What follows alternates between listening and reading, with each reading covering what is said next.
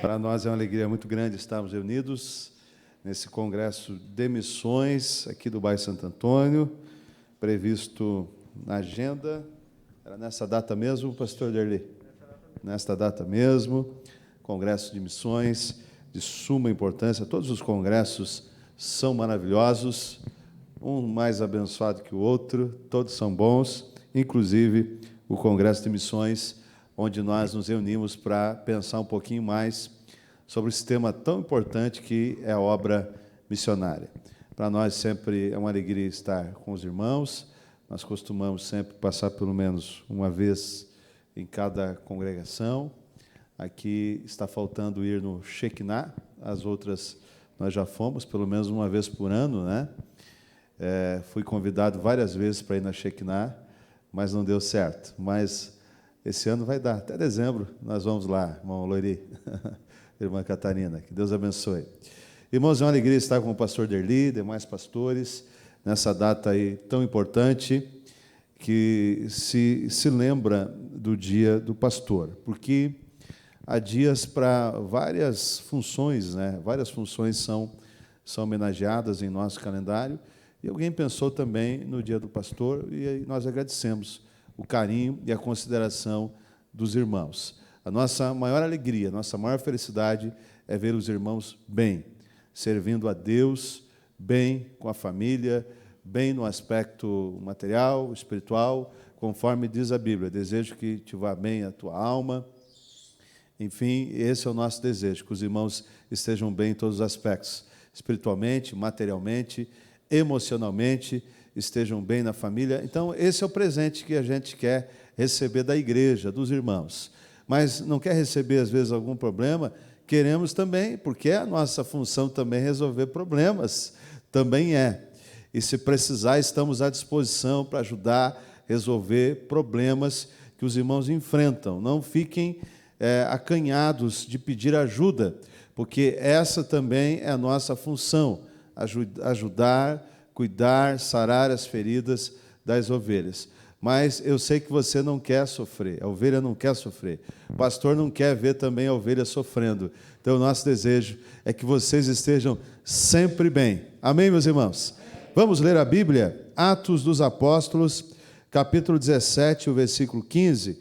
Nós não queremos nos alongar muito em nossa palavra. A recomendação é que os cultos não sejam muito extensos, porque são 2 cultos que precisam ser realizados, e a recomendação da Secretaria de Saúde é que os cultos não se alonguem muito. Nós também temos culto na sede. O importante é cultuar o Senhor, e nós nos adaptarmos a essa nova realidade até que tudo passe. A mensagem ela pode ser transmitida. Tem gente que precisa de 2, 3 horas para pregar uma mensagem, outros conseguem pregar em 15, 10 minutos, já entrega tudo que Deus manda e está tudo resolvido, né? E vamos ver o que Deus vai fazer nessa noite. Atos capítulo 17, o versículo 15, nos diz: E os que acompanhavam Paulo o levaram até Atenas, e recebendo ordem para que Silas e Timóteo fossem ter com ele o mais depressa possível, partiram. Enquanto Paulo os esperava em Atenas, o seu espírito se comovia em si mesmo, vendo a cidade tão entregue à idolatria, de sorte que disputava na sinagoga com os judeus e religiosos, e todos os dias na praça com os que se apresentavam. E alguns dos filósofos epicureus e estoicos contendiam com ele. Uns diziam: que quer dizer esse paroleiro? E outros: parece que é pregador de deuses estranhos, porque eles anunciava Jesus e a ressurreição. E tornando-o, levaram ao Areópago, dizendo: poderemos nós saber que nova doutrina é essa de que falas? Pois coisas estranhas nos trazes aos ouvidos, queremos, pois, saber o que vem a ser isso. Pois todos os atenienses e estrangeiros residentes de nenhuma outra coisa se ocupavam, senão dizer e ouvir alguma novidade.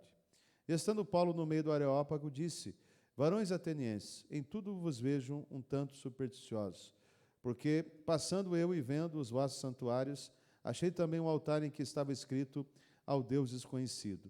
Esse, pois, que vós honrais, não o conhecendo, é o que eu vos anuncio.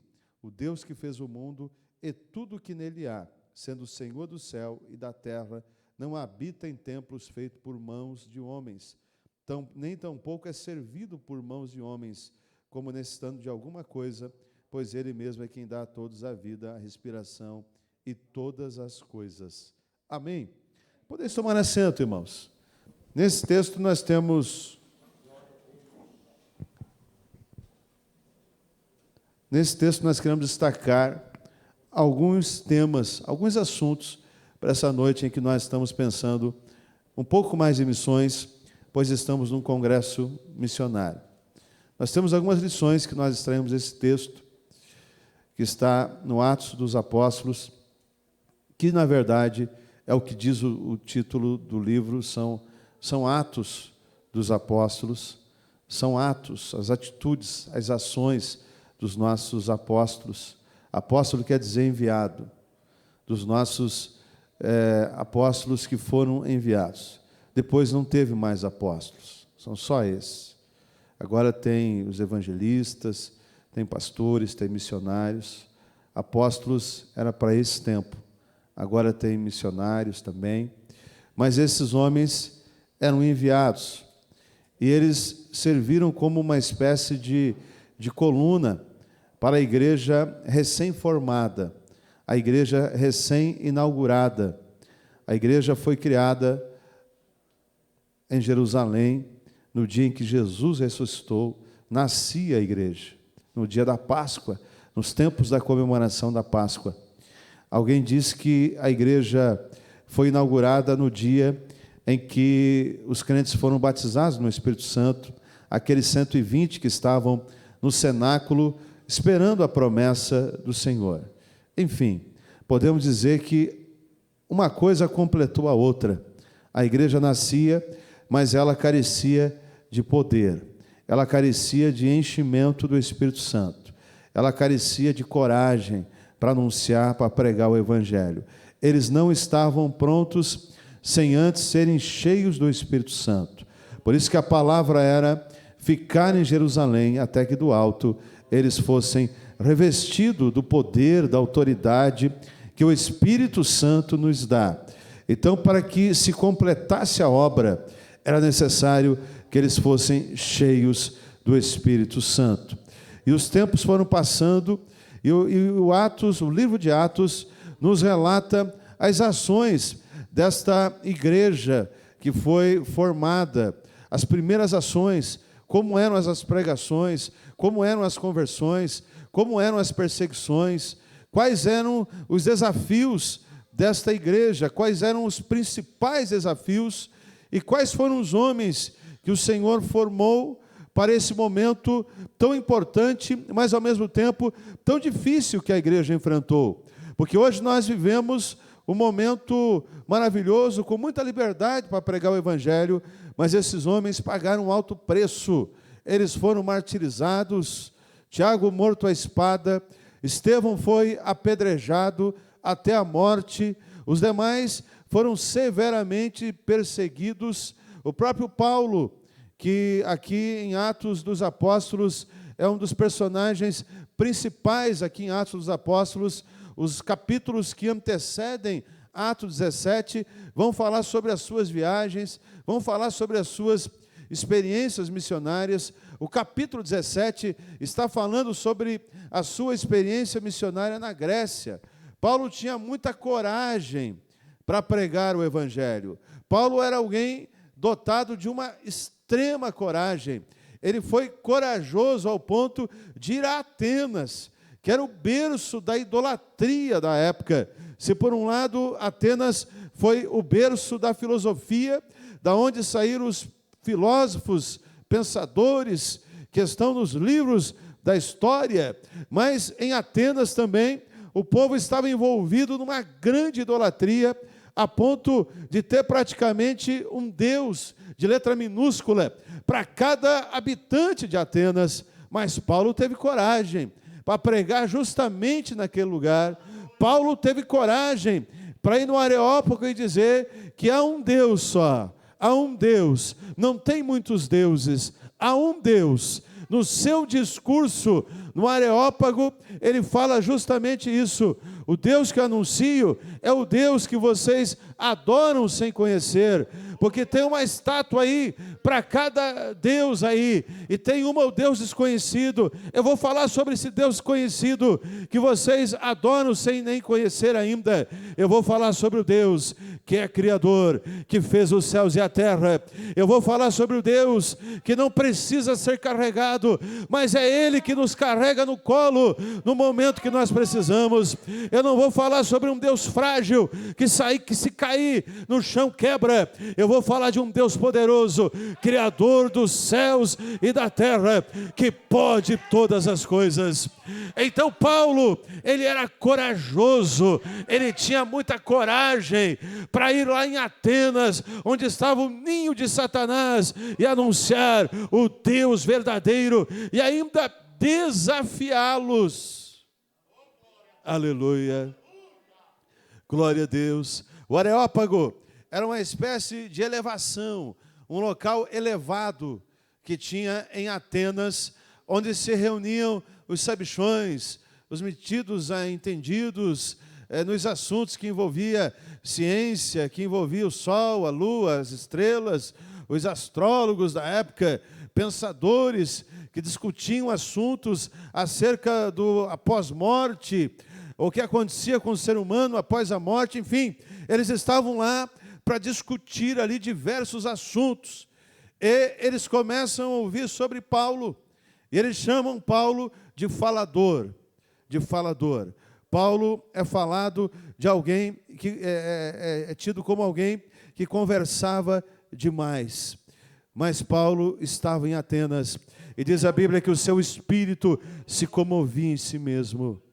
O espírito do missionário é assim. Aonde ele está, quando ele vê a necessidade de pregar, de anunciar, ele fica inquieto. O espírito se comovia, diz a Bíblia, em si mesmo. Ele estava inquieto, ele estava como pensativo, ele estava pensando: eu preciso fazer algo, eu não posso me calar, eu preciso anunciar, eu preciso falar do Deus verdadeiro. Olha quanta ignorância aqui nessa cidade, quanta idolatria.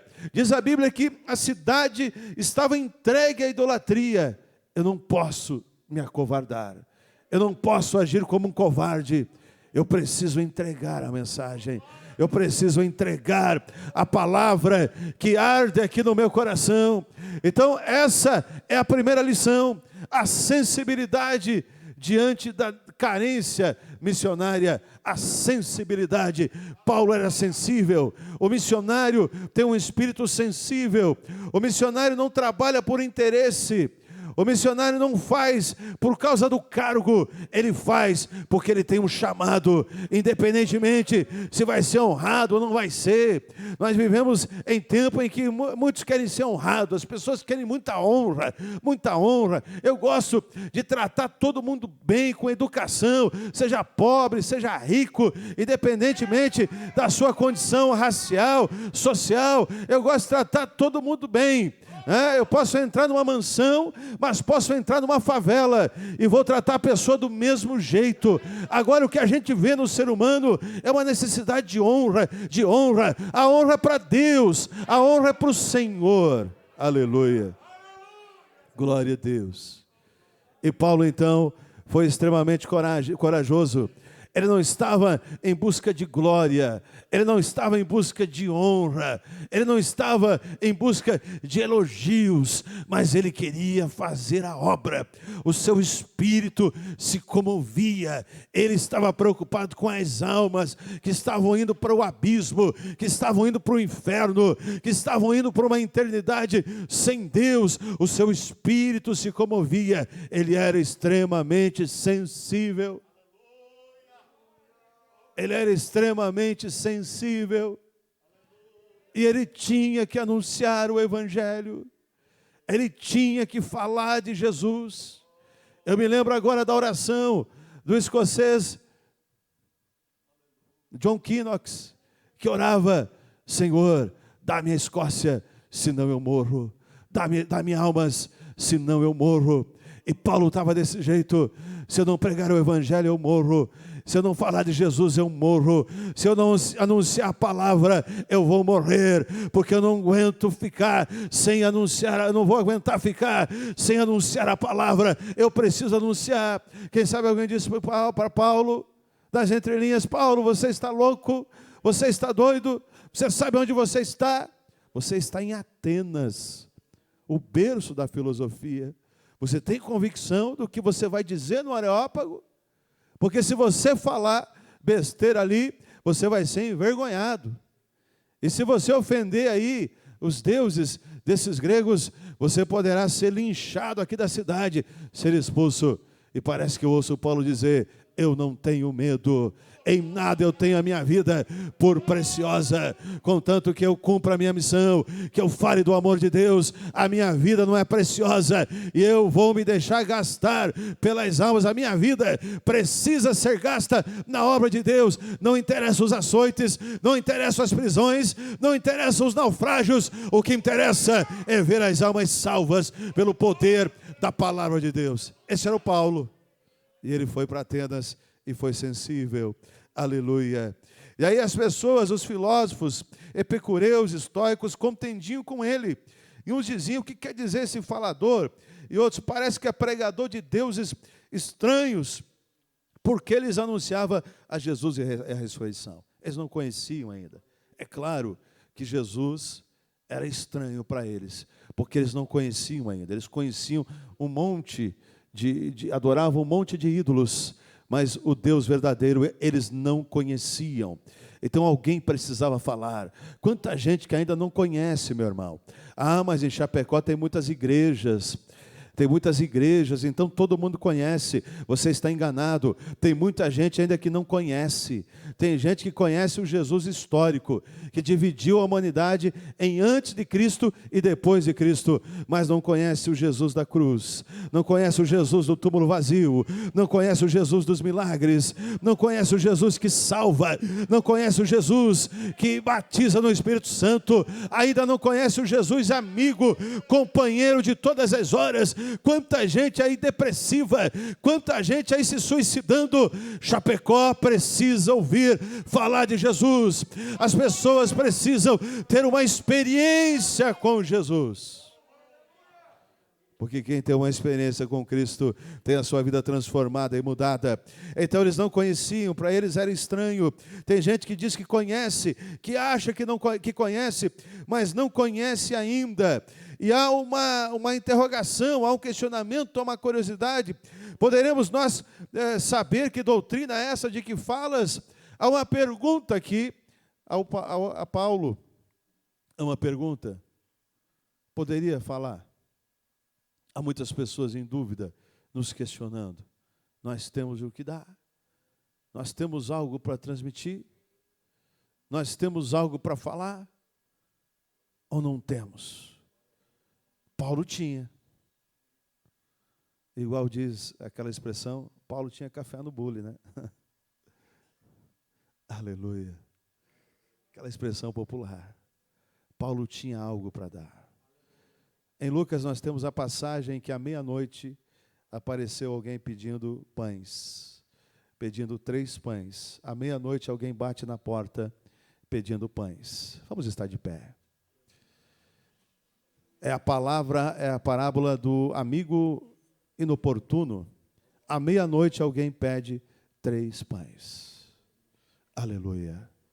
À meia-noite. E esse alguém não tinha nada para apresentar. Não tinha o que apresentar. Esses pães que esse amigo inoportuno veio buscar, pode muito bem ser o pão do amor, o pão da esperança e o pão da fé. Ele precisava disso. Ele precisava de amor. Ele precisava de esperança. Ele precisava de fé. Mas a pessoa não tinha nada a oferecer. Mas quando Paulo é questionado aqui, pode nos explicar?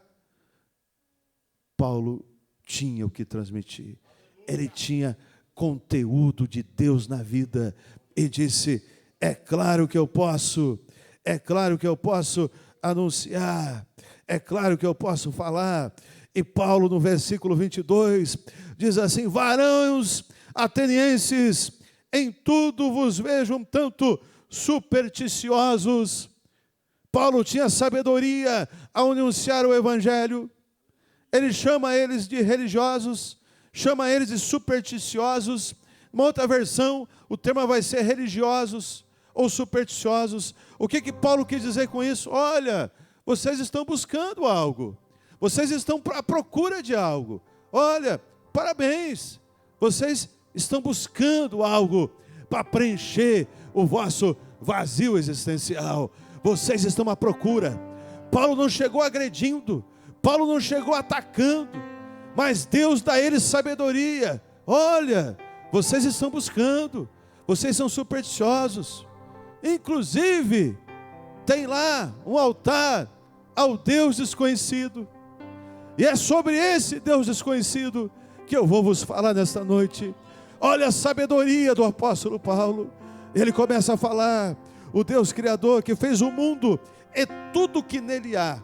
Primeira coisa, o versículo 24: o Deus que fez o mundo e tudo que nele há.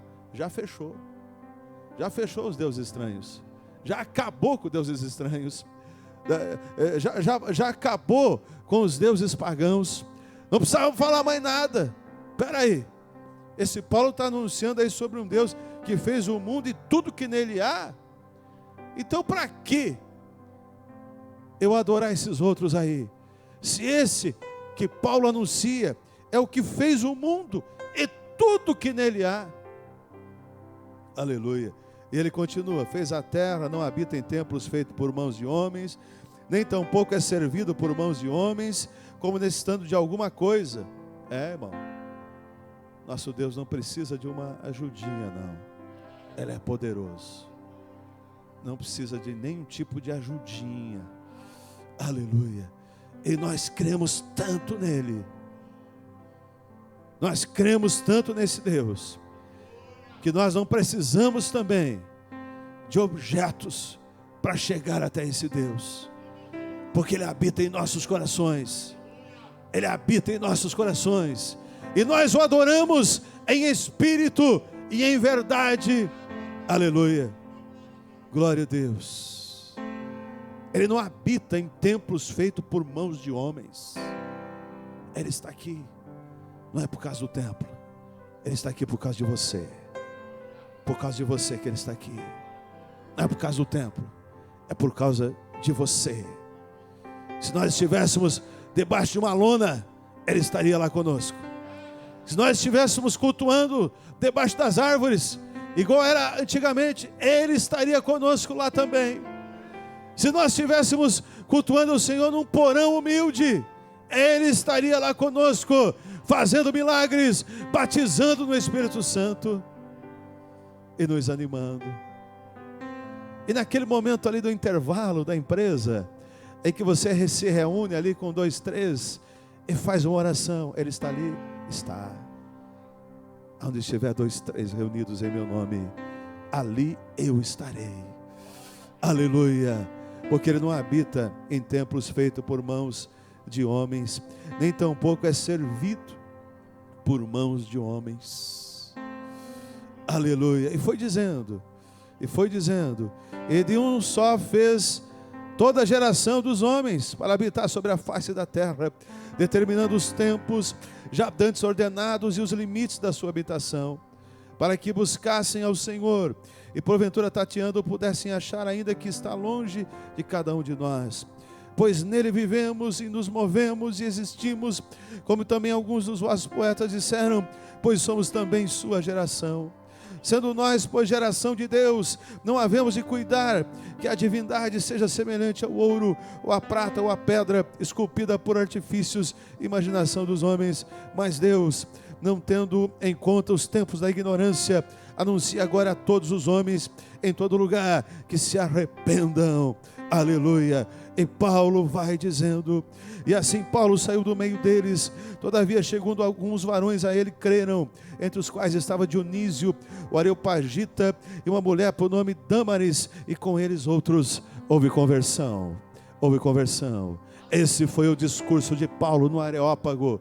um dos mais lindos discursos que já foram proferidos, ou talvez o mais lindo discurso, que foi o mais lindo discurso que foi proferido no Areópago, foi do nosso Paulo, que alguns não acreditavam, achavam que ele não ia ter condições de debater com os filósofos, mas ele acreditou. Não era ele ali, era o Espírito Santo que inspirava. Meu irmão, não tenha medo, Deus pode te levar a muitos lugares para você anunciar a palavra, e o Espírito Santo vai fazer você lembrar, e muitos vão se converter. Mas não se cale, não pare, leve a palavra de Deus. Eu quero orar nessa noite. Coloque a sua mão em direção ao seu coração. Pai, nós queremos te agradecer por essa noite em que a tua palavra foi ministrada. Eu peço que o Senhor abençoe esses teus filhos, esses missionários e missionárias que têm levado a tua palavra aqui nesse bairro, em vários lugares por onde eles têm passado. Eu peço que o Senhor os abençoe, os guie, os dê sempre muita sabedoria, muita graça para anunciar a tua palavra em tempo e fora de tempo. Eu oro pelos contribuintes do departamento de missões, pelos pastores, pelos líderes, por todos aqueles que têm feito a tua obra com muita alegria aqui nesse bairro. Eu peço a tua bênção sobre eles, em nome do Senhor Jesus. Amém e amém.